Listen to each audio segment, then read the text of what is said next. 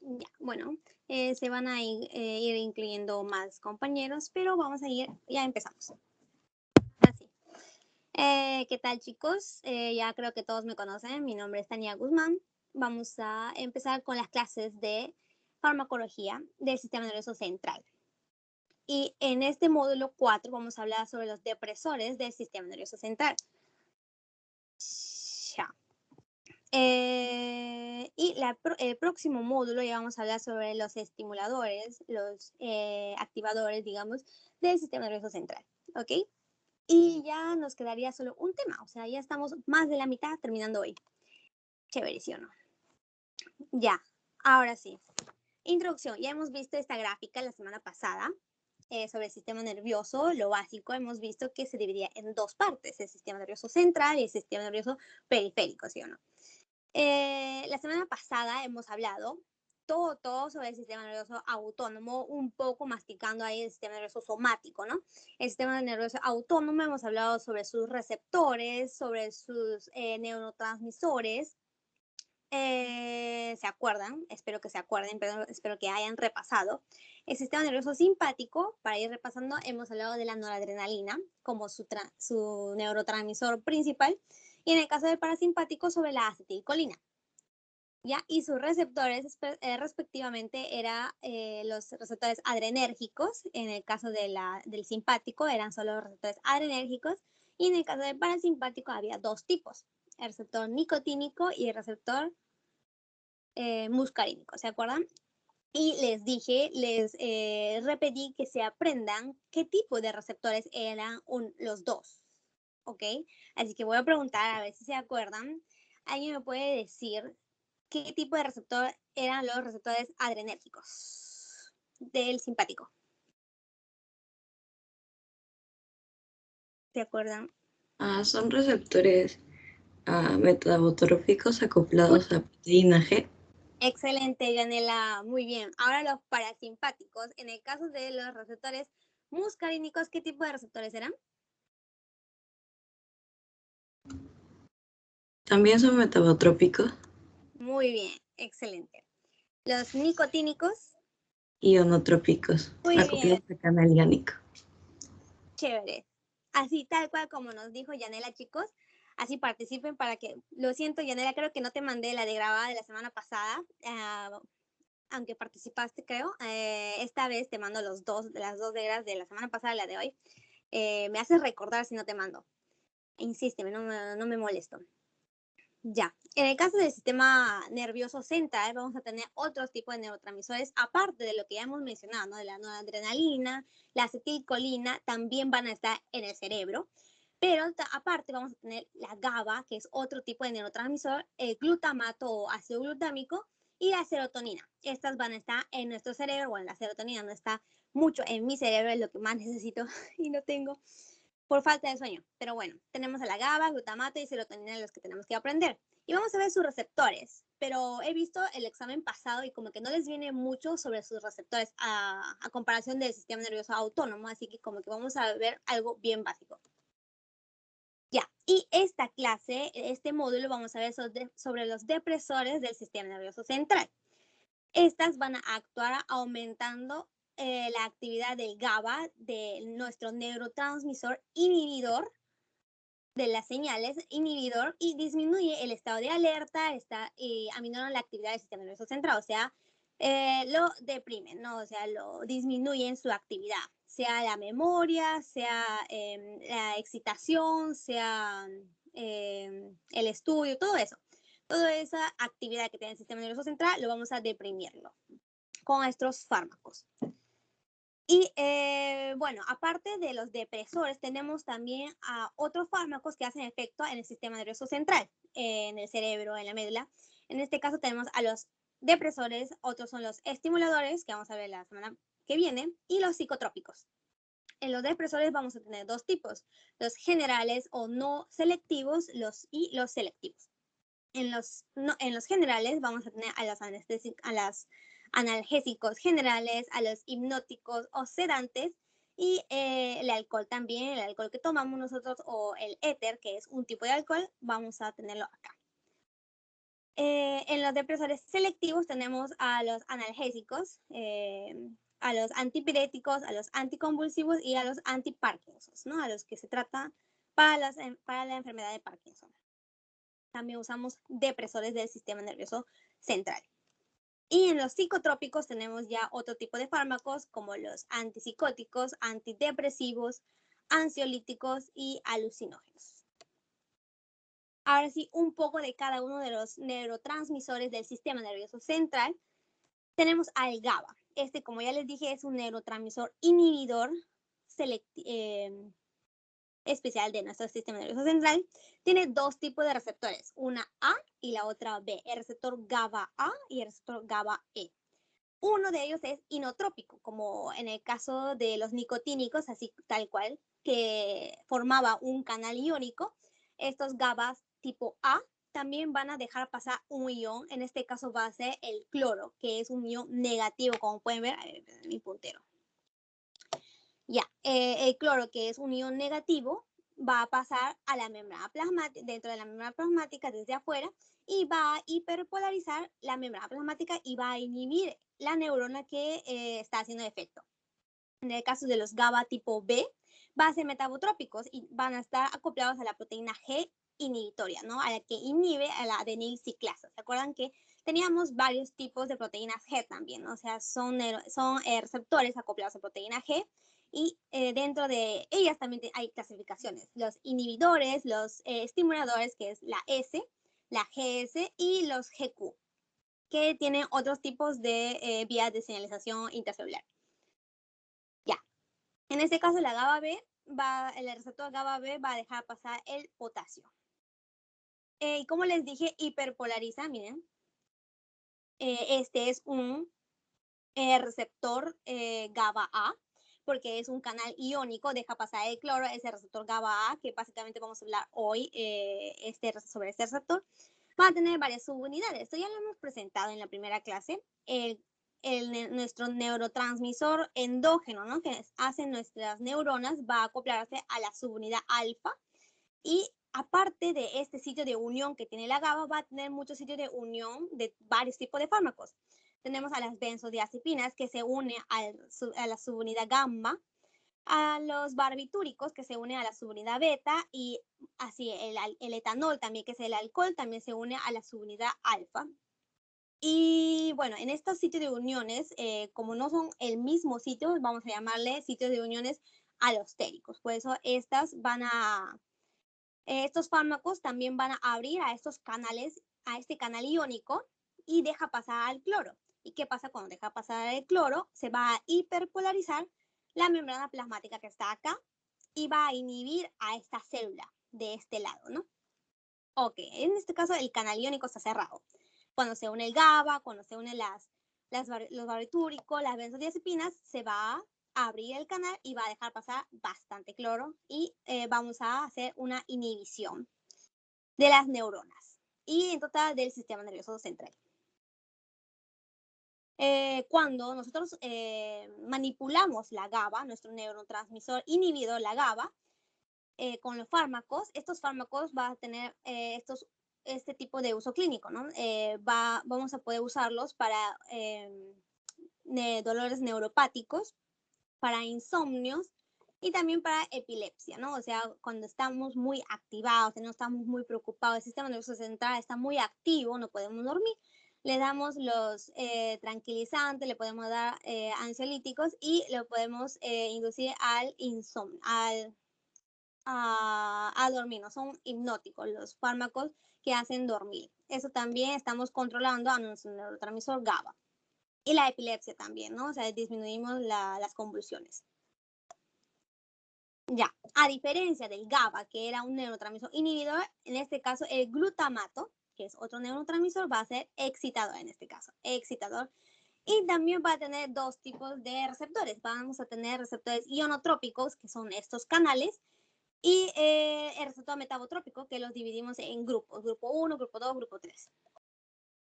¿Ya? En el caso de los receptores ionotrópicos, ¿no? Que dejan pasar iones hacia dentro de la célula, cuando el glutamato se une a su receptor, vamos a tener el tipo AMPA el NMDA y acá no está, creo, el tipo canal cainato, ¿no?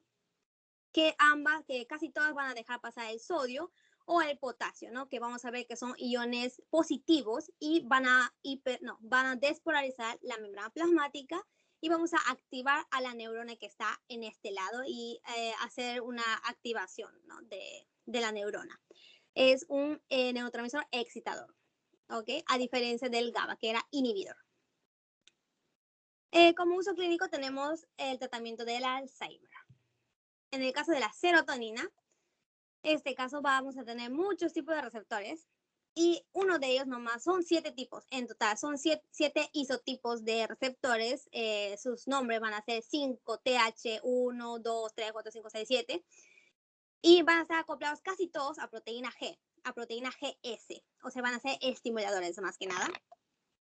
Solo el número 3, el 5TH3, va a ser ionotrópico, a diferencia de los demás que van a ser metabotrópicos, receptores metabotrópicos. Cuando se une la serotonina van a estimular la neurona. Y su forma de degradar es diferente, su forma de desaparecer a la serotonina va a ser diferente a estos dos. En estos dos no lo mencioné, pero perdón. En el caso de la GABA va a tener a su transportador GABA que va a reabsorber el GABA cuando ya hay demasiado. Cuando ya hay mucho glutamato, también va a activarse nuestro transportador GABA, no, nuestro transportador glutamato, que ahí acá está, transportador glutamato, y se va a reabsorber en la neurona presináptica, ¿no? En este caso también en la neurona presináptica vamos a tener al transportador GABA, que lo va a reabsorber cuando ya hay demasiado. Cuando ya hay demasiado, lo va a reabsorber. Y lo mismo pasa con la serotonina, también va a tener su transportador presináptico de serotonina exclusivamente para que lo reabsorba, pero aparte también tiene otras formas de degradarlo. En este caso tenemos dos tipos de enzimas, la MAO y la COMT. ¿Se acuerdan? Estas dos enzimas también lo hemos mencionado en el sistema periférico autónomo. Espero que se acuerden, esta es la monoamina oxidasa y esta es la catecol o metiltransferasa. ¿Ya? Esta MAO, ¿se acuerdan? No sé si se acuerdan qué hacía esta enzima. ¿Alguien quiere participar? La MAO, ¿qué hacía la MAO? Degradaba a los neurotransmisores que estaban en, ¿se acuerdan? Ya dije casi todo. ¿Alguien se acuerda? ¿No? Y así se acuerdan. Ah, también. ¿Ya? Sí. Tenela. Era en el neurotransmisor. No me acuerdo si era acetilcolina o norepinefrina. Ya.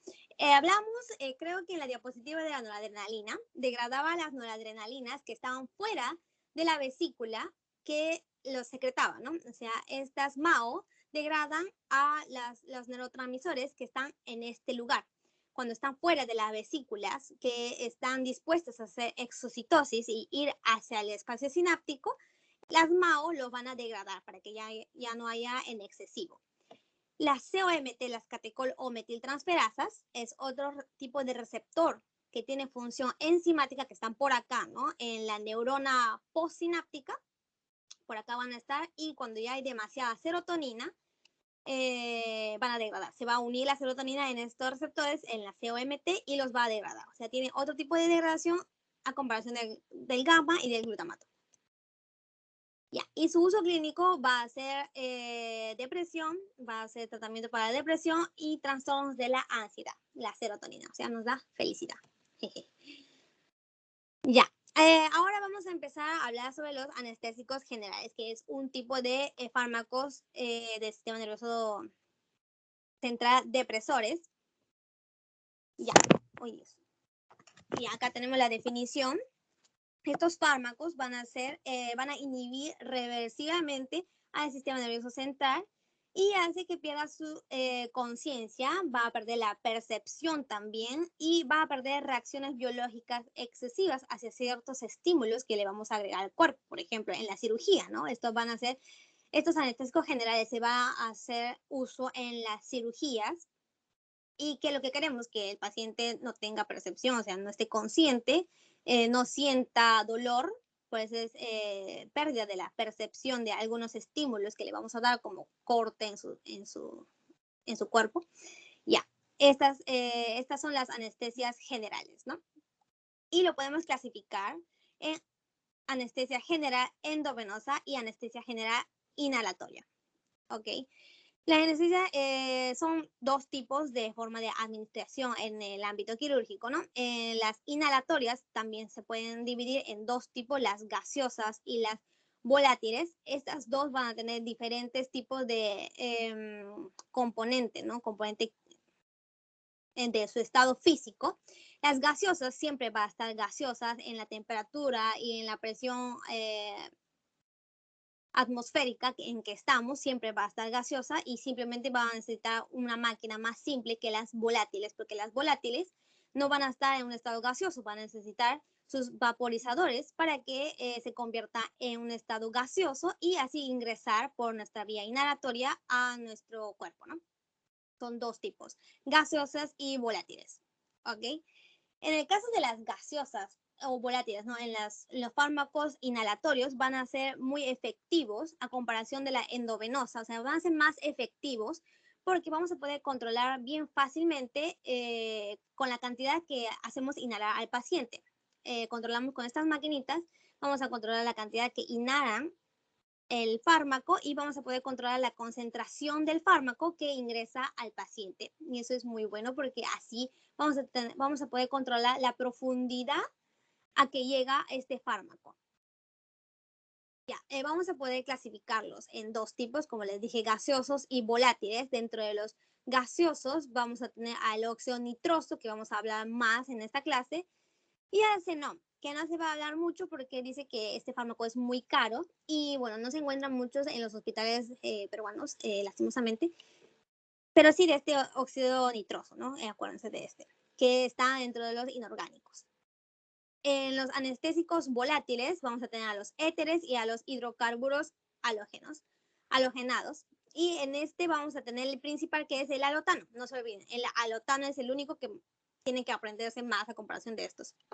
Entre los éteres tenemos a los simples, que son el éter, y a los fluorados. En este tenemos muchos que se parecen mucho los nombres, así que creo que va a ser un poquito complicado que se aprendan todo, es full memoria en este caso. El fluorano, isofluorano, desfluorano y sevofluorano, y creo que hay mucho más que no están en la teoría, pero estas son las que están y que les van a preguntar. Ya. En este caso, vamos a ver qué queremos en los anestésicos generales, ¿no? En los ideales. Primero que nada, como les dije, que tenga una inducción rápida y que desaparezca su efecto lo más rápido posible. ¿Ok? O sea, la inducción es que tan rápido el paciente se puede dormir, ¿no? O sea, que se quede inconsciente con el fármaco y que tan rápido cuando lo cortamos, esta administración del fármaco se puede despertar. Obviamente que queremos el efecto terapéutico deseado con pocas dosis y poca concentración del fármaco. Y es por eso que los fármacos inhalatorios, como podemos controlar más fácilmente la concentración que el endovenosa, es más efectiva que la endovenosa. Me olvidé de mencionar que la endovenosa es un aspecto más, un aspecto, digamos, pro que tiene a comparación de los inhalatorios es que es fácil de administrar, es como administrarle un suero, ¿no? O sea, también se puede controlar por ahí, pero a comparación de los inhalatorios que necesitan unas máquinas así más complejas, en la endovenosa es mucho más fácil su administración. Pero los endovenosas más que nada se usan como un ayudante a los inhalatorios, se le puede unir para que haya un efecto más sinérgico a los inhalatorios, pero los inhalatorios sí se pueden usar ellos solitos, ¿no? A comparación de las endovenosas. Ya. Ya, otra cosa importante que queremos en los anestésicos que sean fáciles de manipular la profundidad de la anestesia. O sea, qué tanto queremos que el paciente se deprima todas sus funciones del sistema nervioso central. La profundidad, esto lo vamos a hablar en la siguiente tabla, que no sea combustible ni explosivo, obviamente. Acuérdense que en este caso los éteres es un tipo de alcohol, aunque sea fluorado, aunque sea manipulados, y los simples, sobre todo este simple, este sí va a tener un efecto explosivo, o sea, si le prendemos se va prender literalmente. En cambio, estos no tienen un efecto explosivo, o sea, estos fluorados son mejor que usar el éter simple. Ya, y que tenga un efecto de relajación muscular, porque no todos los anestésicos van a tener efecto de relajación muscular. Y que de preferencia, obviamente, o bueno, que no tengan efectos adversos peligrosos, como la muerte, ¿no? Ya, ahora sí hablamos de la profundidad de la anestesia general y sus estadios y sus planos, ¿no? Subdivisiones. Ya. Acá vamos a ver sobre la profundidad de los anestésicos generales. Vamos a dividirlos en etapas o estadios. La primera etapa es cuando recién va ingresando el fármaco hasta cuando el paciente completamente se va a dormir. Se llama amnesia o analgesia. El estadio 2 se le va a llamar delirio o excitación. Se le va a llamar así porque empieza todavía la excitación, empieza a moverse las pupilas, empieza a moverse el ojo, movimientos involuntarios, obviamente. Empieza la secreción de muchos, la secreción en general de la saliva, de nuestras mucosas del tracto respiratorio, de las lágrimas. Va a haber, esta etapa va a ser excitación o delirio. La etapa 3 es donde nosotros vamos a querer estar ahí, vamos a querer esta profundidad, por eso tenemos que controlar la profundidad de los anestésicos. Ya, esta etapa es la quirúrgica, esta sí se va a subdividir en planos, plano 1, plano 2 y plano 3 y plano 4. ¿Ok? Y al final tenemos la etapa de parálisis vulvar, donde no queremos llegar por ningún motivo, sobre todo ni siquiera al plano 4 del estadio 3.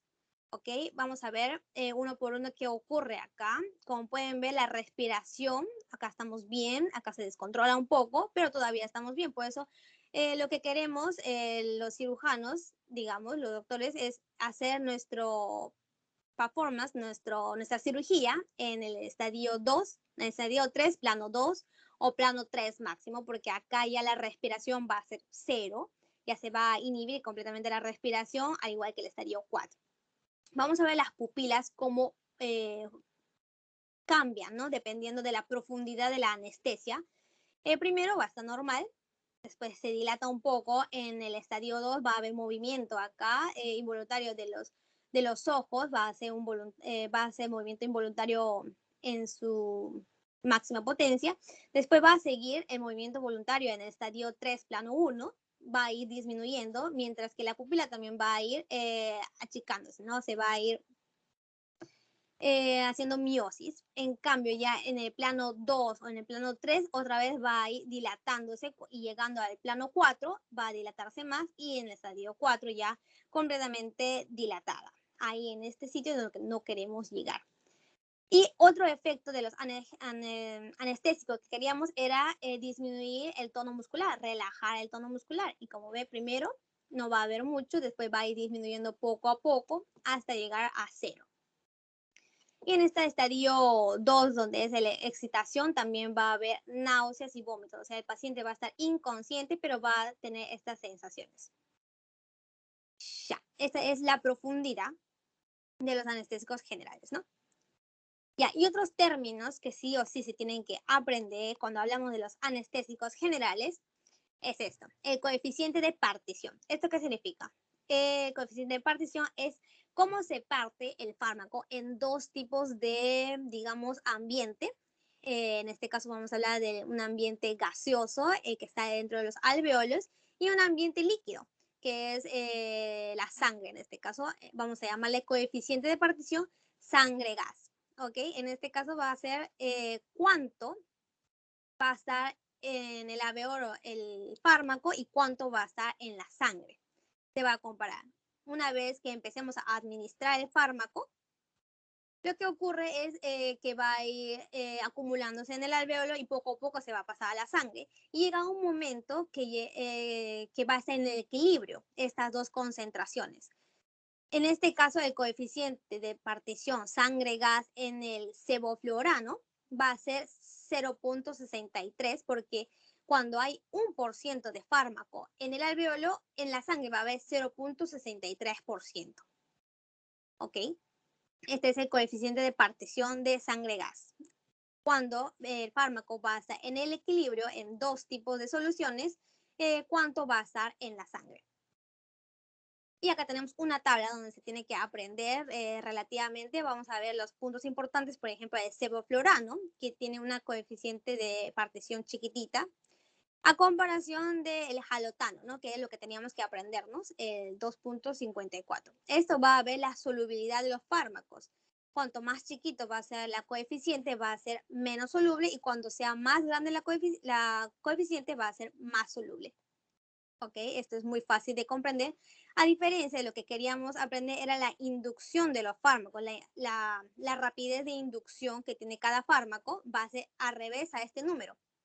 Cuando menor sea el número de coeficiente, más rápido va a ser la inducción de este fármaco. O sea, más rápido vamos a poder lograr que el paciente se duerma, ¿no?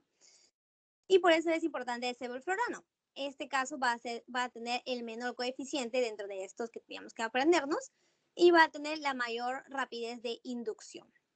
A comparación del jalotano, ¿no? Que este sí va a tardarse mucho en que el paciente se duerma. Y lo mismo con el coeficiente de partición tejido-gas. En este caso ya no va a ser sangre, sino de tejido. La única diferencia, ¿no? Si está en equilibrio el alveolo y los tejidos, cuánto va a estar a comparación de los alveolos en los tejidos, el porcentaje. Y ya pues tenemos acá el desflurano, sevoflurano, isoflurano, jalotano. Y vamos a ver qué tanta coeficiente va a tener en cada uno de estos tejidos. Ok, esta tabla ya es más para aprendérselo, pues no voy a explicar mucho. Ya, el sevoflurano sí o sí se lo aprende a comparación del jalotano. Y básicamente el jalotano va a tener mayor coeficiente en cualquier tejido a comparación de los demás fármacos, como podemos ver tal cual en la tabla. Ahora sí, la concentración alveolar mínima. Otro término que tenemos que aprendernos sí o sí es la concentración alveolar mínima, el CAM.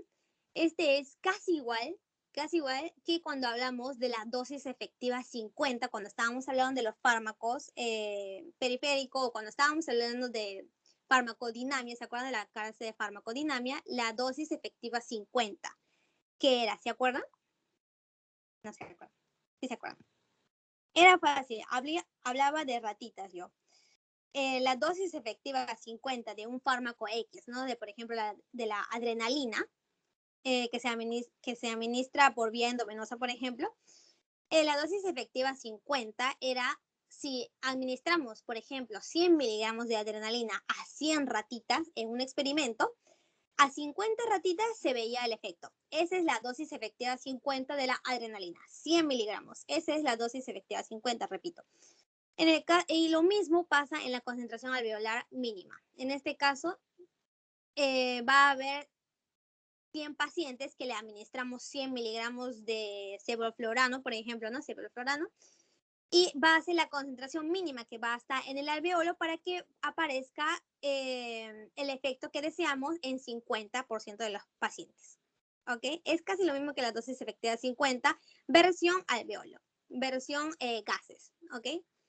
Por eso, esta dosis efectiva 50 que nos expresaba en los demás fármacos, nos expresaba su potencia. ¿Se acuerdan cuando el gráfico de dosis efecto se desplazaba hacia la derecha cuando le agregábamos antagonistas competitivos? Lo que ocurría era que disminuía la potencia del fármaco, ¿sí o no?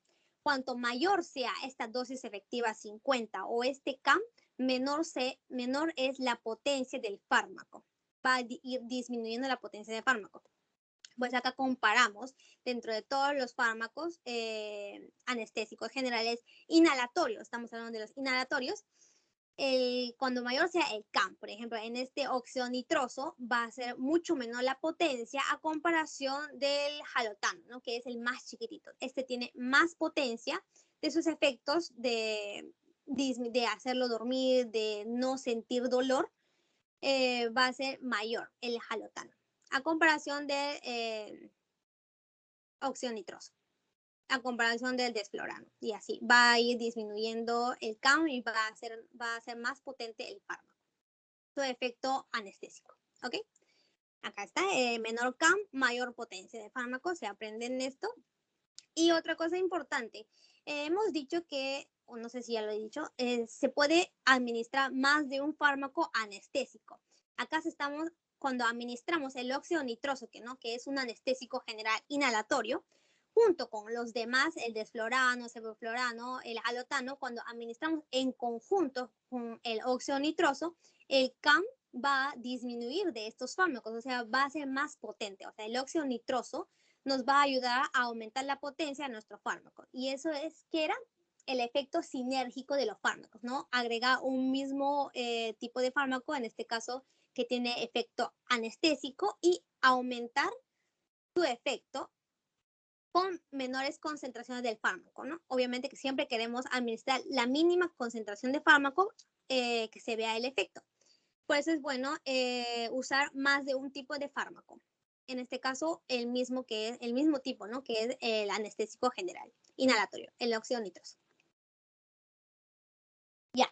A esta función, ¿no? De agregarle más de un tipo de fármaco se le llama anestesia general multimodal o balanceada, que es agregar más de un tipo de fármaco para tener un mejor efecto, una mayor seguridad, etc. Porque aparte de agregarle un mismo fármaco anestésico y nos aumenta el estado amnésico, ¿no? En este caso hablamos del sinergismo, también nos tranquiliza. Podemos agregarle ansiolíticos junto con los anestésicos para tranquilizar al paciente antes de la cirugía. Agregando otros tipos de fármacos, podemos facilitar la inducción, o sea, facilitar el tiempo de inducción de los fármacos anestésicos. Nos disminuye el dolor antes y después de la cirugía, agregándoles analgésicos generales. ¿Qué más? Nos disminuye los efectos adversos que se puede ver en la anestesia, ¿no? Por ejemplo, bradicardia, como deprimimos nuestro sistema nervioso central, también puede deprimir la función del corazón, ¿no? Puede haber bradicardia, nos puede generar náuseas, un efecto emético que tienen los anestésicos, y nos aumenta las secreciones. Por eso agregándoles, ¿no? Antieméticos, agregándoles fármacos beta antagonistas o fármacos beta agonistas, podemos disminuirle estos efectos adversos, agregándole más tipos de fármacos. Y a esto le llamamos anestesia general multimodal o balanceada. ¿Ok? Ya. Ahora seguimos con los anestésicos inhalatorios. Como les dije, lo importante es la comparación entre ellos, ¿no? Tenemos a los fármacos volátiles y a los gaseosos. En el único que vamos a hablar de los gaseosos va a ser el óxido nitroso. Y acá tenemos muchos de los volátiles, el éter, el halotano, que eran otros tipos, y tenemos a enfluorano, isofluorano, sevoflurano y desflurano. ¿Ok? Y acá, como les dije, el único que tiene efecto de combustión, el que se prende, va a ser el éter, y los demás no. Por eso va a ser más seguros que el éter. Vamos a comparar la coeficiente de partición del sangre gas de todos para poder ver la rapidez de inducción. Acuérdense, cuanto menor sea el número, va a ser más rápido el tiempo de inducción. Acá está el tiempo de inducción. Podemos ver que es el más rápido. El éter, que tiene un coeficiente de partición relativamente grande, 12.1, a comparación de los demás, es el mayor número, va a tener un tiempo de inducción lenta, ¿no? Por eso es bueno comparar entre uno y otro viendo estos números.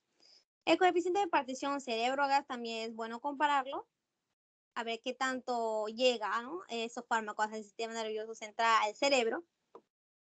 El CAM, la concentración alveolar mínima, que nos dice la potencia del fármaco. En este caso el óxido nítrico es el menos potente, ¿no? Acá podemos ver el efecto, es el más débil. Los demás relativamente casi todos son potentes. Pero entre ellos el más potente, digamos que es el halotano, ¿no? El halotano, porque tiene menor CAM, ¿ok? Después tenemos la concentración inductora. Este va a necesitar mucho más concentración inductora, porque como vemos que tiene un efecto débil, tenemos la concentración para mantener que es otro, ¿no? Ya va a disminuir en todos los fármacos. Ya, otro punto que ver es el efecto analgésico. si tiene o no tiene estos fármacos volátiles o fármacos anestésicos inhalatorios, sino para agregarle un anestésico general, ¿no? En este caso, el éter no necesita porque tiene un buen efecto analgésico, los demás va a tener débil. Y el óxido nitroso, por lo contrario, va a tener un fuerte efecto analgésico. Por eso es bueno agregar el óxido nitroso junto con estos otros fármacos anestésicos inhalatorios generales, para también agregarle el efecto analgésico que tiene el óxido nitroso. Otro punto es la relajación muscular, que es lo que pedimos a los anestésicos. Tiene fuerte en el caso del éter, no tanto en el alotano y no tanto en los demás también, ¿no? En estos fármacos volátiles. El único que tiene parece que es el éter. Y la toxicidad hepática. Generalmente estos anestésicos inhalatorios todos van a como que ser un poco tóxicos al hígado en menor porción. Casi nada, ¿no? En el éter, en el isoflorano, sevoflurano y el desflurano y el óxido nitroso no se ve mucho efecto tóxico en el hígado a comparación de el fluorano, que se ve un poquito más de efecto tóxico, pero sí o sí se ha visto estudios donde dice que aumenta el efecto tóxico del hígado en el alotano. Sí, apréndase, efecto tóxico hepático, el alotano. Ya. Ahora vamos a hablar ya de los anestésicos endovenosos generales, bueno, sí, generales endovenosos. Vamos a ver el propofol. El propofol, ¿qué tiene el propofol? Es el anestésico endovenoso más usado en todo el mundo por sus características. Miren, tiene un efecto de inducción muy rápida, tiene de 30 la paciente después de administrarle o empezarle a administrarle el fármaco, se va a dormir en 30 segundos a 1 minuto máximo.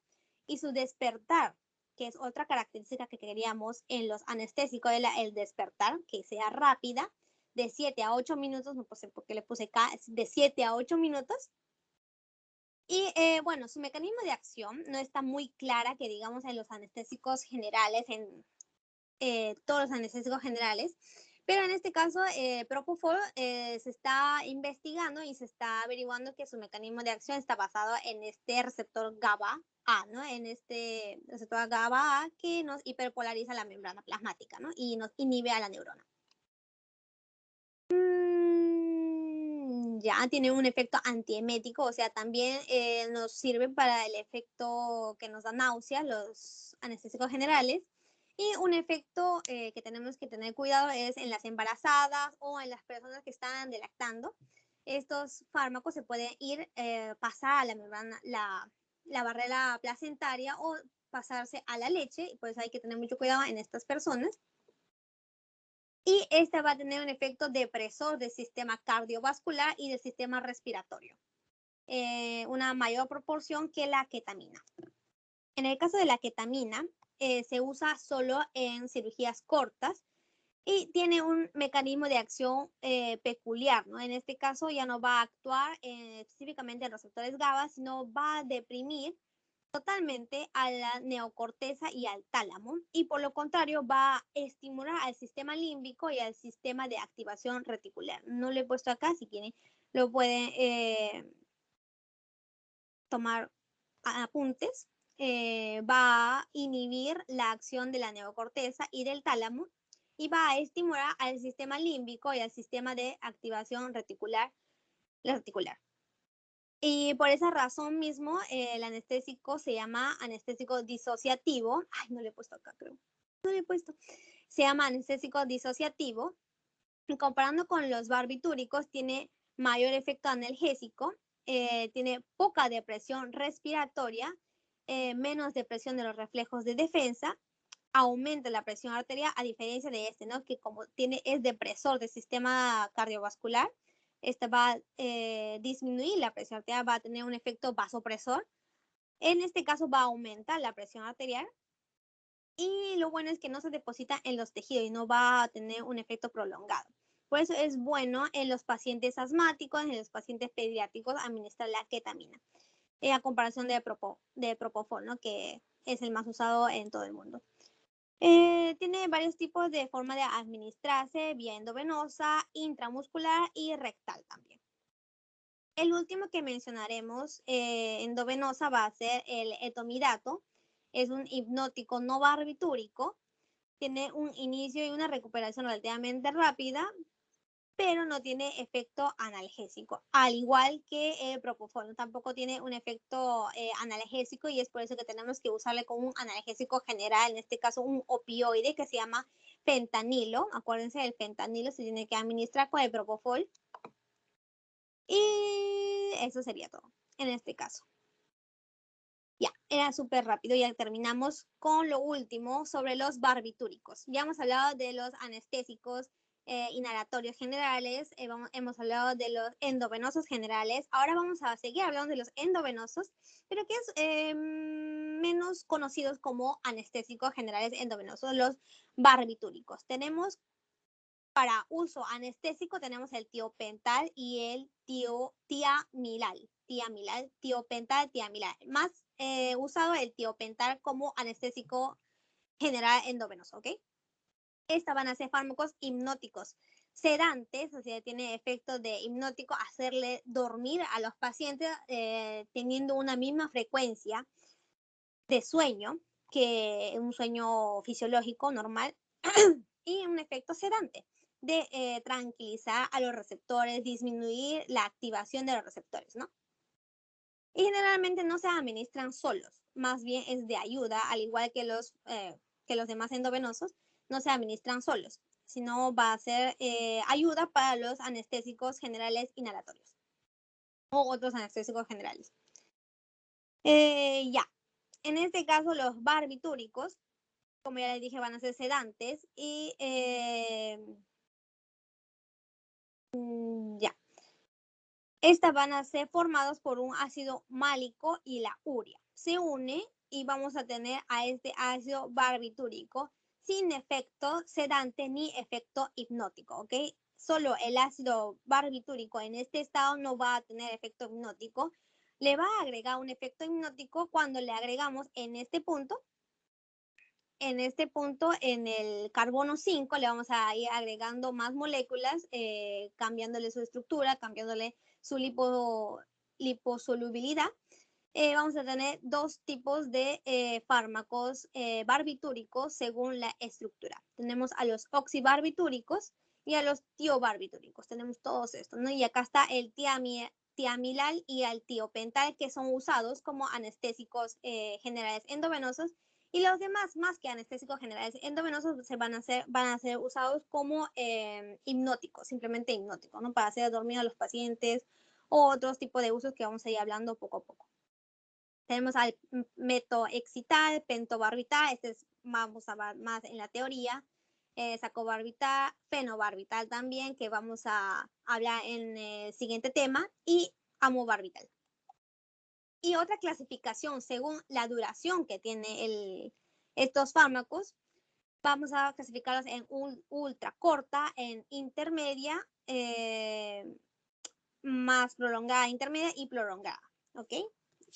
Espera, acá creo que me he equivocado. En un ratito, chicos. Sí, mire, ultra corta, corta, intermedia y prolongada. Ya acá le voy a cambiar después, le voy a añadir la corta, porque no es intermedia, sino corta. Ultra corta, intermedia y prolongada, ¿ok? Dependiendo de su duración de los fármacos. En la ultra corta solo va a durar de 5 a 15 minutos, en la corta 3 horas, en la intermedia de 3 a 6 y en la prolongada va a tener un efecto de más de 6 horas. En la ultra corta está acá el tiopental, nuestro anestésico general, y el tiamidal, que son los tiobarbitúricos, ¿no? Ahí va integrando todos los conocimientos que acabamos de ver. Y en la corta vamos a tener a pentobarbital y secobarbital. En la prolongada vamos a tener acá el fenobarbital. Y al final, los efectos que se pueden ver en los barbitúricos tenemos que resaltar que son inductores enzimáticos.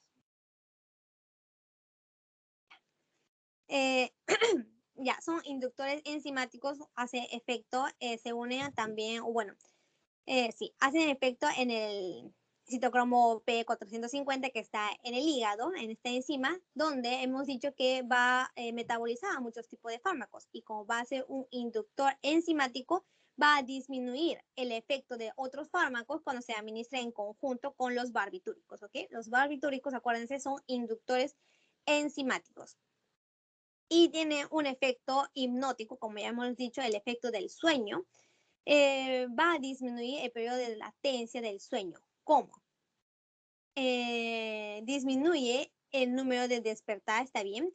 Alarga los periodos de 3 y 4 de non-REM y disminuye el número de periodos del sueño REM. Esto hace que sea un ciclo diferente al sueño fisiológico, ¿no? Y es por eso que cuando despertamos o cuando tomamos estos fármacos barbitúricos tenemos una sensación de resaca, porque tenemos un sueño diferente al sueño fisiológico, ¿no? Nos da un sueño diferente a ese sueño fisiológico. Ya creo que ya mencioné todo lo que tenía que mencionar sobre los barbitúricos, espero que no se me haya olvidado nada. Ya. Ya. A ver, otra vez recapitulando sobre el sitio de unión alostérico que tienen los barbitúricos, ¿no? En este caso, ¿se acuerdan que el sitio de unión era diferente al GABA, pero tiene su mismo receptor?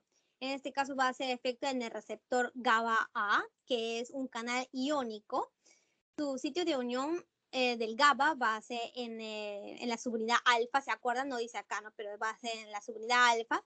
Y tiene otro sitio alostérico para varios fármacos, en este caso los barbitúricos, se va a unir en la subunidad beta. ¿Ok? ¿Y qué hace? Va a aumentar el tiempo medio de apertura del canal de cloro activado por GABA. ¿Ok? O sea que, aparte que el GABA se une, aumenta su efecto uniéndose a un sitio alostérico para que se prolongue el tiempo de apertura del canal. ¿Ok? Y aparte de ese efecto, sin que esté la GABA, también se puede unir los barbitúricos y abrir el canal de cloro, ¿no? Abrir el canal de cloro para que haga pasar el cloro y perpolarice a la membrana plasmática y inhibe a la neurona. ¿Ok? Acá tenemos a las benzodiazepinas, que ahorita lo vamos a mencionar en el otro punto. Las benzodiazepinas son otro tipo de fármacos depresores del sistema nervioso central.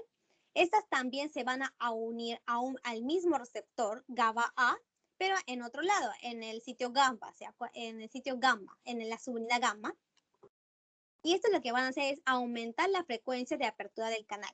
O sea, este va a aumentar el tiempo de apertura, o sea, lo va a tener abierto más tiempo y el otro lo va a abrir más veces, ¿ok? Tiene diferente tipo de mecanismo de acción entre estos dos fármacos. Esto téngalo presente para sus tareas.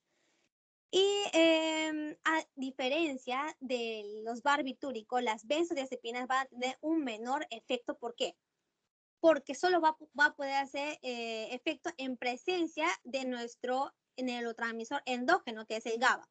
A diferencia de los barbitúricos. En los barbitúricos pueden hacer efecto, pueden actuar en ausencia del GABA. ¿Ok? Por eso, ¿cuál es más potente? En este caso, los barbitúricos va a ser un depresor más potente que los benzodiazepinas. Ok, y aparte tienen un mecanismo de acción diferente. Ya, me guié del capítulo 19 del Goodman, espero que es bien amplio el libro, así que no sé, mejor creo que repasan la teoría. Y esta clasecita que le he dado, espero que le haya servido sobre los depresores del sistema nervioso central. Ahora vamos a empezar con el otro tema. Ay, a ver, ya se pasó una hora, no puedo hacerlo más cortito. Chicos, si tienen preguntas sobre este tema, me preguntan, o creo, no sé si lo han escrito por el chat, lo pueden escribir en el chat también, mientras que Alessandra comparte su PPT. ¿Pregunta, chicos? ¿Nada? ¿Todo claro?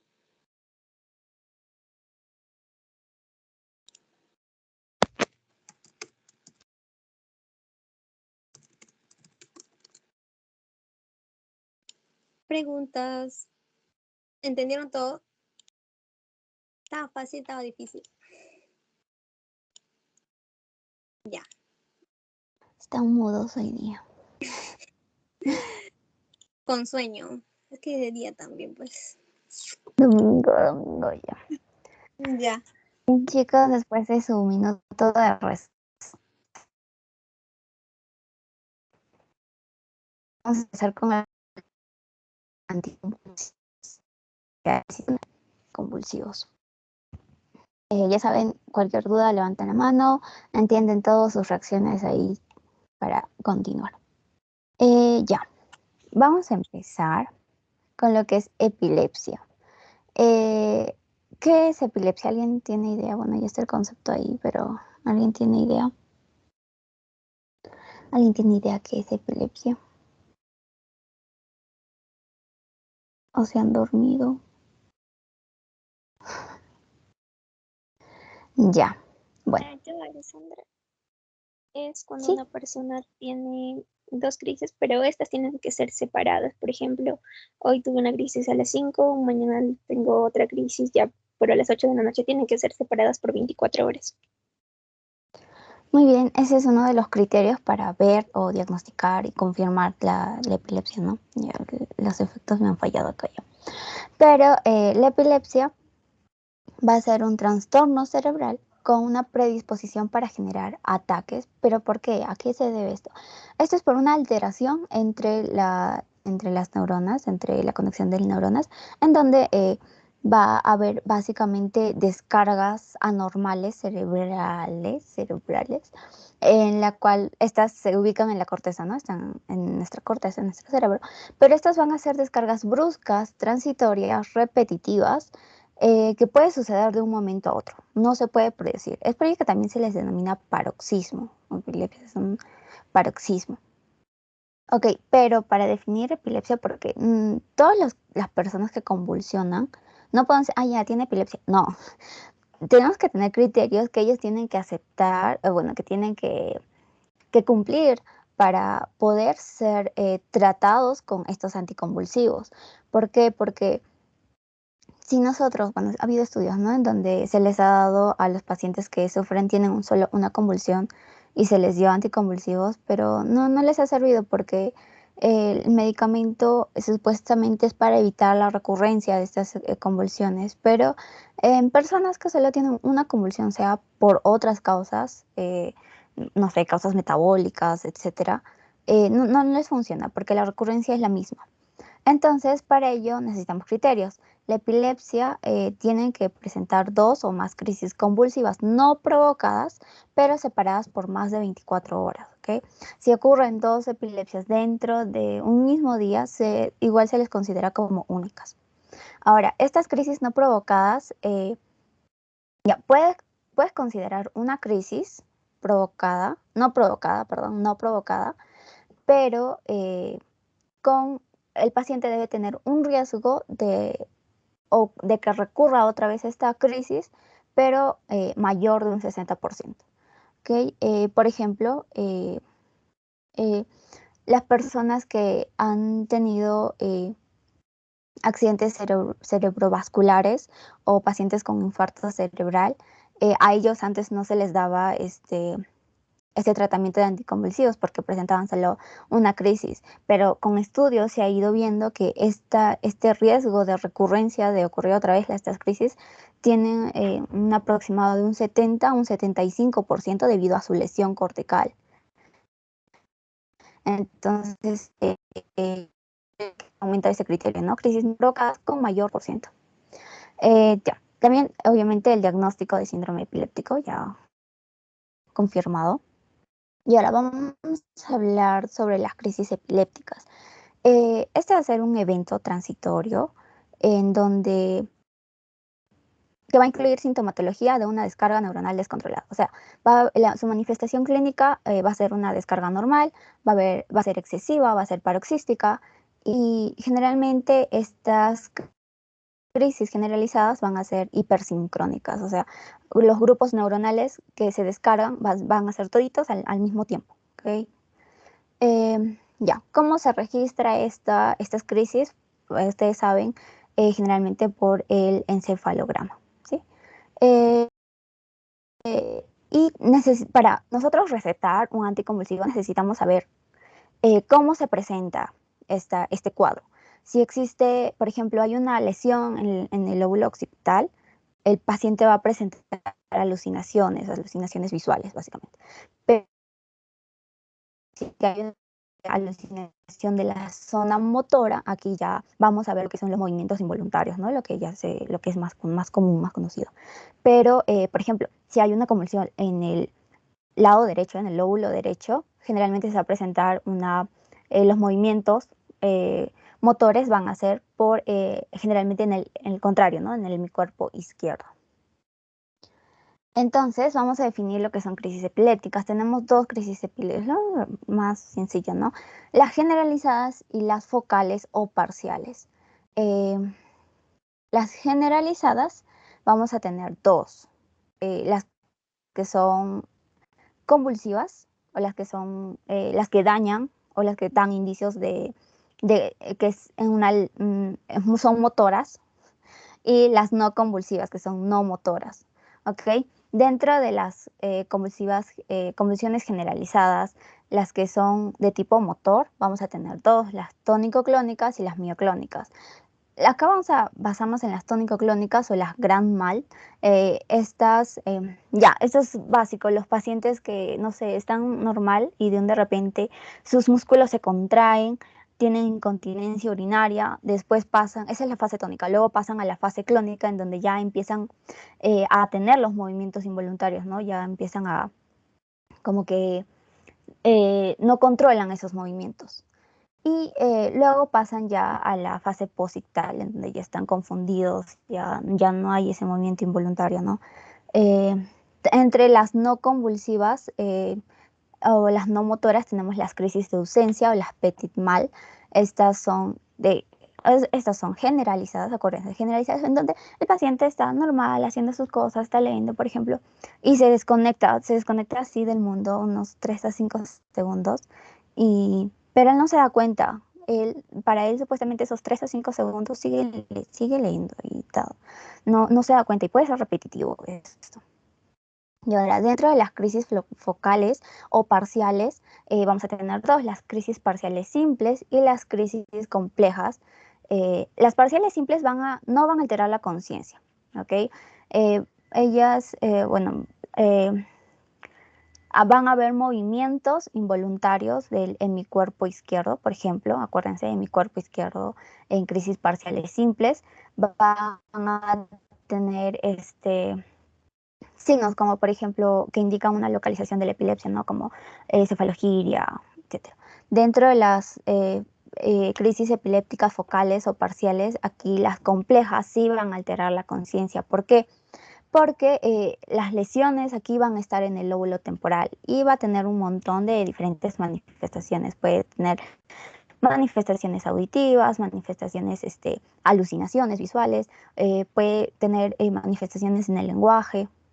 Y ahora, básico que se acuerden que dentro de las crisis epilépticas generalizadas, la etoxucimida o el ácido valproico generalmente se usa en los pacientes que presentan crisis de ausencia.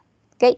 En primera elección, fármaco, etoxucimida o ácido valproico. El ácido valproico es un fármaco que tiene, ya lo vamos a ver más, pero la etoxucimida va a ser para pacientes que presentan crisis de ausencia. Primera elección, ¿ok? Dentro de las crisis epilépticas focales o parciales, nuestra primera elección va a ser la carbamazepina, pero esta carbamazepina no para todos, no para los simples ni los complejos, sino solo para los simples, para los que no tienen alteración de conciencia, ¿ok? La carbamazepina, primera elección para las crisis de inicio focal. Ya. Ok, continuamos. Ahora, para entender cómo pasa esa alteración de epilepsia, ¿no? ¿Cómo sucede esta desregulación de los neurotransmisores, tanto excitatorios como inhibitorios? Ya, acordémonos que dentro de la excitación va a haber ingreso de sodio y calcio. Y dentro de los transmisores que nos generan la excitación va a ser el glutamato y el aspartato, ¿okay? Los que nos generan la inhibición va a haber, dentro de los iónicos va a haber ingreso de cloro y egreso de las corrientes de potasio. Y nuestro transmisor, ya saben, el GABA, el inhibidor así por excelencia, GABA. Ya, entonces, en la epilepsia va a haber o bien un aumento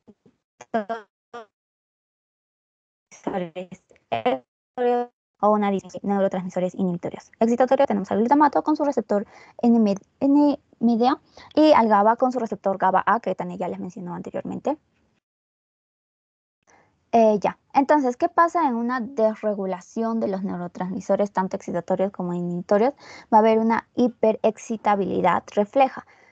¿Qué quiere decir esto? Va a haber un incremento de los neurotransmisores excitatorios y una disminución de los neurotransmisores inhibitorios. ¿Okay? Esta es la hiperexcitabilidad. Entonces, con ello vamos a pasar a todo el mecanismo de acción. ¿Qué pasa? Nosotros tenemos dos neurotransmisores, excitatorios e inhibitorios, ya lo saben. Entonces, ante una crisis epiléptica como estos son cambios de despolarización paroxísticos, o sea, así de la nada, pueden haber dos caminos, dos mecanismos, o bien se elevan o aumentan los excitatorios o bien disminuyen los inhibitorios. Entonces, el potencial de acción llega, por ejemplo, en lo normal, ¿no? Potencial de acción llega, abre los canales de sodio, que son voltaje dependientes, y van a liberar glutamato por sus receptores NMDA, que se encuentran en el canal de sodio, y los AMPA, que se encuentran en el canal de calcio. Eso es normal, ¿no? El potencial para excitar. Ahora, para inhibir, acá tenemos, ese es el excitatorio. Y para inhibir tenemos al GABA, que ingresa, el cual va a permitir que ingrese cloro y estimule la neurona. O sea, va a evitar que no pase o no se conduzca al potencial. AMPA, NMDA, ya. Hasta ahí, ya. ¿Y qué pasa? ¿Qué vemos? Va a haber un aumento de la concentración de glutamato. Puede haber un aumento si aumenta el glutamato, obviamente va a aumentar la sensibilidad de los receptores NMDA, ¿no? Los receptores glutamatérgicos.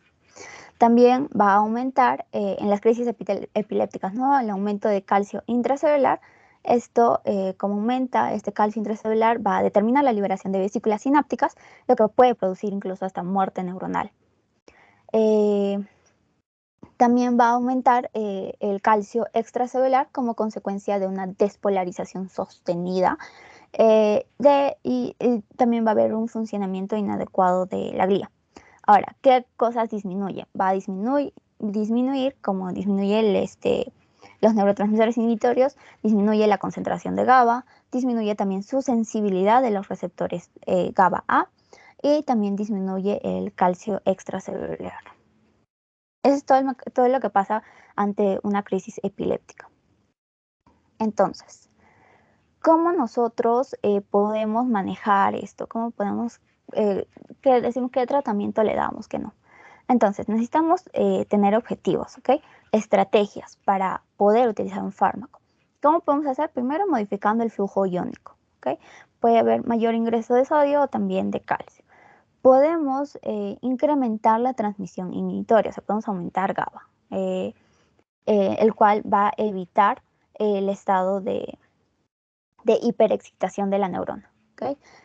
Podemos disminuir también la actividad excitatoria, o sea, la glutamatérgica, porque si aumenta la excitación tenemos que disminuirla. Por ejemplo, fármacos aquí. La carbamazepina, que ya les dije que es primera elección para crisis focales, de inicio focal. La etoxucimida o ácido valproico para pacientes con crisis de ausencia. Y el valproato o ácido valproico, que va a ser un fármaco de alto espectro. Entonces, para crisis focal y generalizadas, en estas crisis la epilepsia va a ingresar una alta frecuencia de sodio. Entonces, los fármacos van a inhibir estos canales de sodio. Aquí tenemos a la carbamazepina, ya les dije, crisis de inicio focal de primera elección.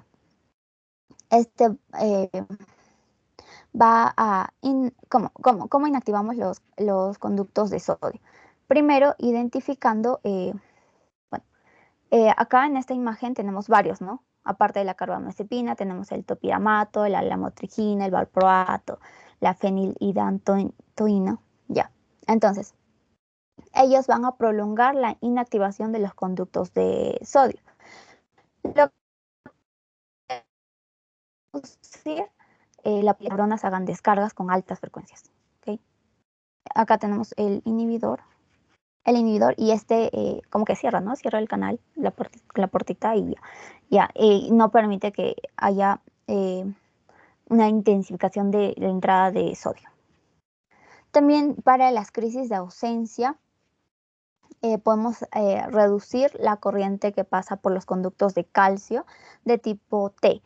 Acuérdense, los canales de calcio de tipo T se encuentran en el tálamo, por eso es de T de tálamo. Entonces, acá el valproato y la etoxucimida para las crisis de ausencia, ¿qué van a hacer? Van a reducir el flujo de calcio. No es que lo inhiban, no es que cierran el canal, sino que como que lo ponen más angosto. Entonces, al reducir este flujo de calcio a través de los conductos del calcio de tipo T, va a reducir que haya menos corriente de calcio, ¿no? Básicamente en el tálamo. ¿Qué más? ¿Por qué? Porque en las crisis de ausencia se ha descubierto que hay un incremento de calcio intraneuronal. Entonces, si disminuimos el flujo, ya pues, es una estrategia para nosotros calmar al paciente, ¿no? Ahora, también podemos alterar o intensificar la transmisión sináptica de GABA. ¿Okay? Acá tenemos a los fármacos de amplio espectro, el cual es el topiramato y el valproato, en donde, ¿qué van a hacer ellos? Generalmente van a bloquear el metabolismo de GABA o van a inhibir los GABA-A transaminasas. Estas GABA-A transaminasas tienen como función recoger el GABA del espacio sináptico y llevarlo a la neurona. ¿Se acuerdan de la acetilcolina como la acetilcolinesterasa? Ya, igualito. Dentro de los GABA tenemos los GABA transaminasas o GAT1. ¿Ok? ¿Qué más? Bloqueo de las proteínas recaptadoras de GABA. O sea, por ejemplo, si bloqueamos a la GABA transaminasa va a haber más GABA en el espacio sináptico y eso si hay más neurotransmisores inhibitorios, estos van a inhibir a los neurotransmisores excitatorios. Y podemos también alterar una alteración alostérica de la configuración del canal de GABA. ¿Okay? Esto puede deberse por las benzodiazepinas o los barbitúricos que alteran este canal. Ahora sí vamos a pasar a la clasificación de los fármacos anticonvulsivos. Para que sea más fácil, vamos a hablar sobre seis grupos, ¿ok? Las hidantoínas, acá vamos a tener la fenitoína, los iminostilbenes, que vamos a tener a la carbamazepina, el succinimidase, que tenemos acá la etoxucimida, a las benzodiazepinas, barbitúricos y otros fármacos que vamos a ver. Entonces, vamos a empezar con el primer fármaco, que son las hidantoínas. Acá tenemos a la fenitoína, derivado de las hidantoínas. ¿Qué va a hacer la fenitoína? Va a inhibir los canales de sodio voltaje dependientes. ¿Y para qué usamos? O sea, acá con los fármacos, como son muchos fármacos y ambos tienen muchos mecanismos de acción, acuérdense para qué están indicados, ¿ok? La fenitoína y su mecanismo de acción. Mecanismo de acción y para qué están indicados. La fenitoína la vamos a utilizar para crisis generalizadas y también para crisis de inicio focal, pero no es la primera elección. La primera elección de inicio focal es la carbamazepina. La fenitoína no se va a usar para crisis de ausencia. ¿Okay? Acuérdense, no se va a usar para crisis de ausencia. ¿Qué más? Inhibe canales de sodio voltaje dependientes. Dentro de sus efectos secundarios, acá podemos ver ataxia, podemos ver vértigo, esos son los más agudos. Dentro de los ya efectos crónicos va a haber hiperplasia gingival, modifican, ¿no? Hiperplasia. Facies leónicas y también puede producir trastornos de la coagulación. ¿Por qué? La fenitoína tiene interacciones medicamentosas. ¿Por qué? Porque este es un inductor enzimático del citocromo P450. Entonces, tanto la fenitoína, fenobarbital, carbamazepina, es importante que reconozcamos si son inductores enzimáticos o no. ¿Se acuerdan de los enzimáticos que ven en farmacocinética? Ya, entonces, ¿qué pasa con ellos? Por ejemplo, si tu paciente está consumiendo warfarina y tú le das fenitoína ya pues, por sus crisis epilépticas o al contrario, este va a producir gran sangrado. ¿Por qué? Porque no va a permitir que la warfarina, no va a permitir que se metabolice la warfarina, ¿ok? La fenitoína es un inductor enzimático. Acuérdense de esa palabrita que ya hablamos hace no sé cuánto tiempo. Ya. Otro fármaco va a ser la carbamazepina. Ah, ya, me olvidaba. La fenitoína va a ser un fármaco muy teratógeno. ¿Por qué? Porque este puede causar fisuras palatinas, llamado el síndrome fetal de la hidantoína, que también causa deformidad en los dedos de los pies y las manos. ¿Okay? Por eso es que no se usa durante el embarazo. ¿Ya? Dentro de la carbamazepina, este va a tener un bloqueo no selectivo sobre los canales de sodio y calcio, que son voltaje dependientes. Ya saben, carbamazepina, primera elección para crisis focal. También lo podemos utilizar para la neuralgia de los trigéminos y también para manías. Farmacocinética, vía media en los adultos de 10 a 30 horas, en los niños de 8 a 20 horas. Su metabolismo es hepático, se metaboliza por el hígado. Es un inductor o enzimático, ¿okay? Por eso es que también tiene numerosas interacciones farmacológicas, ¿no? Como ya mencionamos, la fenitoína. ¿Para qué usamos la carbamazepina? Crisis tónico-clónicas, crisis parciales, manías, primera elección de inicios focales. Dentro de sus efectos adversos puede causar al paciente somnolencia, disfunción cognitiva, dentro de la piel puede causarles rash cutáneo o, bueno, eso es lo más que se van a acordar.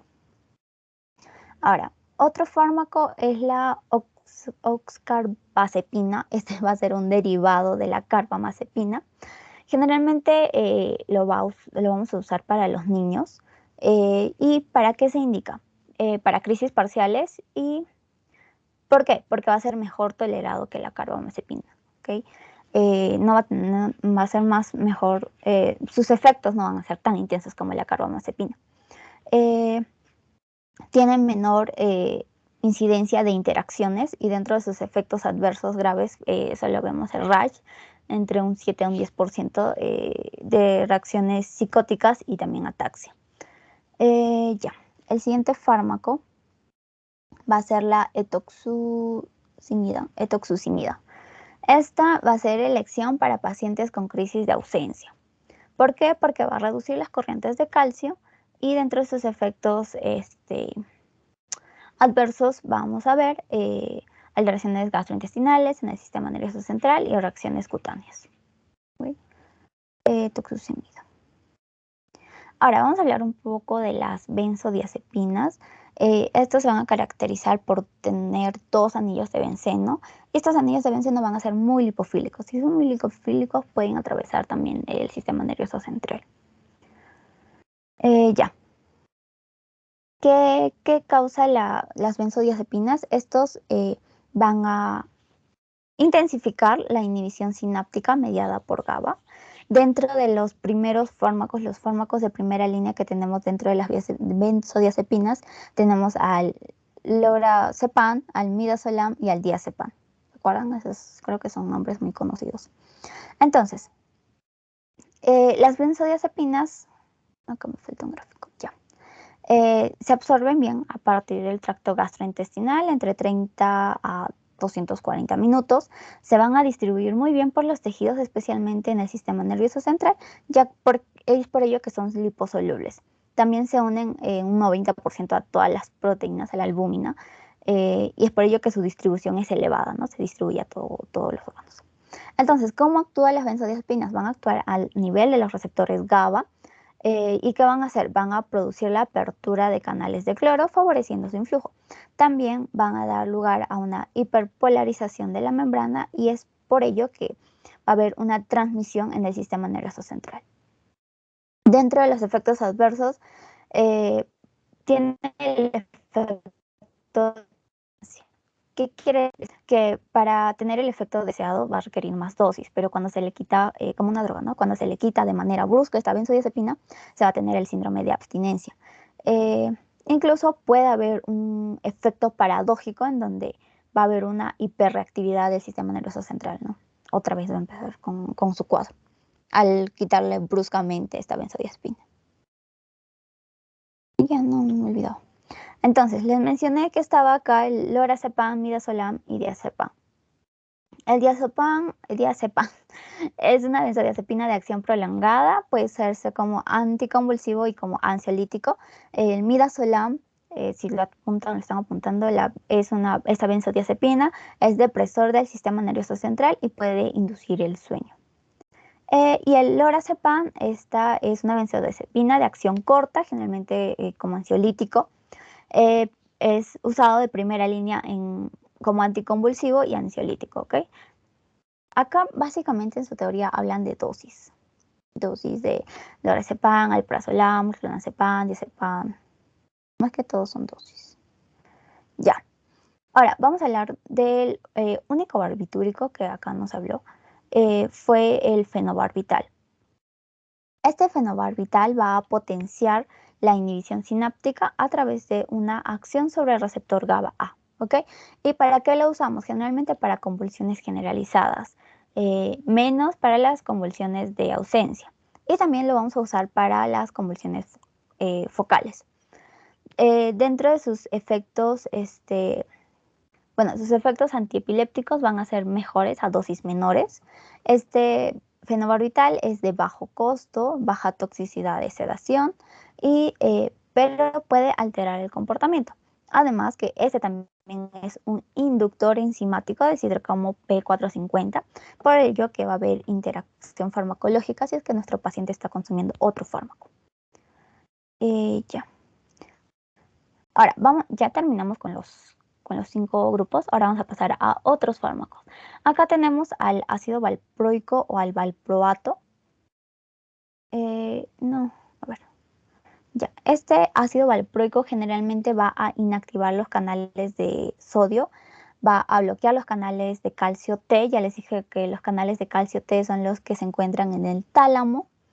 ¿Qué más? Bloquea las enzimas que van a metabolizar el GABA, o sea, los inhibidores de GABA transaminasas. Lo usamos como este amplio espectro del ácido valproico. Lo vamos a usar para epilepsias generalizadas, para epilepsias parciales, para crisis de ausencia. También puede ser usado como profiláctico para convulsiones febriles en niños, en pequeños que tienen estas convulsiones debido a la temperatura, ¿no? También para sus efectos adversos pueden ser la teratogenicidad, lo siento. ¿Por qué? Porque es el más teratogénico de todos los fármacos. Este puede causar espina bífida, puede causar paladar hendido, puede haber hepatitis. ¿Qué más? Ya, ahí les traje una imagen de, por ejemplo, cómo es el manejo de las epilepsias, ¿no? Si nuestro paciente recién diagnosticado se le va a considerar primero un inicio de tratamiento, después de la segunda convulsión, ya les dije 2 convulsiones dentro de 24 horas, y elegir un fármaco que está apropiado para el tipo de convulsión que presenta nuestro paciente. Tenemos que considerar también acciones tóxicas del fármaco, características del paciente si está tomando otros fármacos, y modificar gradualmente la dosis para así alcanzar la máxima tolerancia o que logre un control óptimo de estas convulsiones. Ahora, aquí las convulsiones pueden desaparecer, pero si persisten, ya podemos utilizar un fármaco de segunda elección. Aquí el fármaco también se ajusta hasta alcanzar un nivel terapéutico para que controle estas convulsiones. ¿Qué más? Acá pueden o bien desaparecer o bien persistir. Si ya persisten, se pueden combinar con otros 2 fármacos, o combinación racional de 2 fármacos, o si no, pues ya cambiamos de terapia, ¿no? Con otra terapia alternativa. Y si acá también pueden desaparecer, o si no, si continúan, se puede hacer estimulación a los nervios. ¿Qué más? ¿Qué más de ácido valproico? A ver. Eso es todo. Se metaboliza también por el hígado. Y es por ello que también tenemos que vigilar estas enzimas hepáticas para ver si es que hay un aumento de las transaminasas. Eso es todo. Dentro de sus efectos adversos, ya les dije, es el más teratogénico. Puede causar sedación, temblor, trastornos cognitivos. También afecta al gastrointestinal, el cual el paciente puede presentar náuseas, vómitos, anorexia, aumento de peso. El siguiente fármaco va a ser el topirato.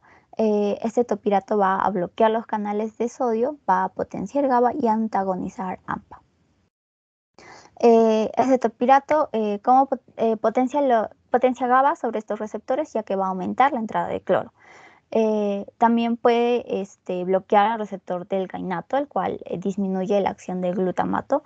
Lo vamos a utilizar como monoterapia y terapia asociada a la epilepsia, nuevo diagnóstico como por ejemplo crisis parciales, tónico-clónicas y síndrome de Lennox-Gastaut. Y también puede ser usado para tratamiento profiláctico de migraña en adultos. Dentro de sus efectos adversos puede haber somnolencia, mareos, confusión, disminución del peso, litiasis renal o interacciones con otros fármacos, ¿no? Como la digoxina o anticonceptivos orales. Ya, la gabapentina, esta lo vamos a utilizar en crisis parciales. Puede usarse también como monoterapia. No se va a metabolizar en el hígado y es por ello que no va a haber tantas interacciones. No hay interacciones. También podemos usar para el dolor neuropático, o sea, ya un dolor así súper fuerte ya de los nervios, y para polineuropatía periférica. Dentro de sus efectos adversos podemos ver somnolencia, ya sea al pasar una o varias semanas, ya porque después el fármaco ya no va a producir esta somnolencia, ¿sí? Se pasa. También puede producir vértigo, ataxia, fatiga, nistagmus, dolor de cabeza. Y hay otro fármaco acá, la pregabalina. Esta tiene el mismo mecanismo de acción de la gabapentina, pero lo vamos a usar para crisis parciales y dolor neuropático. Dolor neuropático, ya les dije, en neuralgia del nervio trigemino. Dentro de sus efectos adversos también va a haber somnolencia, mareos, produce mioclonías, por ello que está contraindicado en crisis mioclónicas. ¿Okay? Y el levetiracetam, este va a actuar a nivel de las proteínas SV2A. Este es diferente, el nivel de las proteínas SV2A, el cual va a inhibir o evitar que se libere la vesícula que contiene el glutamato. Lo podemos usar para crisis primarias, parciales o crisis generalizadas. Este es el menos teratogénico de todos nuestros fármacos. Tiene una muy buena tolerancia y su efecto adverso siempre se menciona la irritabilidad o la agitación psicomotriz. Además, tampoco no va a ser un inductor enzimático, ¿ok? O sea, no tiene interacción con otros fármacos. O no induce a otros fármacos. Ya, acá les traje un cuadro del Goodman en donde ustedes pueden ver según la convulsión o según el tipo de convulsión que presenta nuestro paciente, si es parcial simple, parcial compleja o parcial con convulsión, o si es crisis de ausencia, convulsión mioclónica o focal o generalizada, qué tipo de anticonvulsivo usamos, ¿ok? ¿Cuál es nuestra primera elección para ellos? Para ellos tienen que, ya es como, esta clase es más memoria, y entender, ¿no? Su mecanismo de acción y para qué está indicado tal fármaco. Hay unos que lo usamos de primera línea, otros de segunda. Si nuestro paciente no acepta ya pues otro fármaco. Y ahora también, no lo menciono mucho, pero les traje los efectos adversos que causan estos anticonvulsivos. Puede ser náuseas, vómitos entre los más comunes, somnolencia, sedación, ataxia, exantemas en la piel. Hiponatremia, puede haber aumento de la pérdida de peso, puede haber teratogenicidad, ya les mencioné cuál es el más terogénico, el menos terogénico, incluso hasta osteoporosis. Ya, dentro del metabolismo, acá les traje otro cuadro para que ustedes sepan cuáles tienen interacción o cuáles no. Tenemos la carbamazepina, la fenitoína, acá ya les dije, tiene interacción, por ejemplo, es un inductor enzimático, y es metabolizado por el CYP2C19 o también por el CYP2C9. ¿Okay? Acuérdense la fenitoína, porque me acuerdo que viene en un pasito, si era verdadero o falso, algo así. Bueno, chicos, ya acabamos con ello. ¿Tienen alguna pregunta? Si no, para pasar al pasito.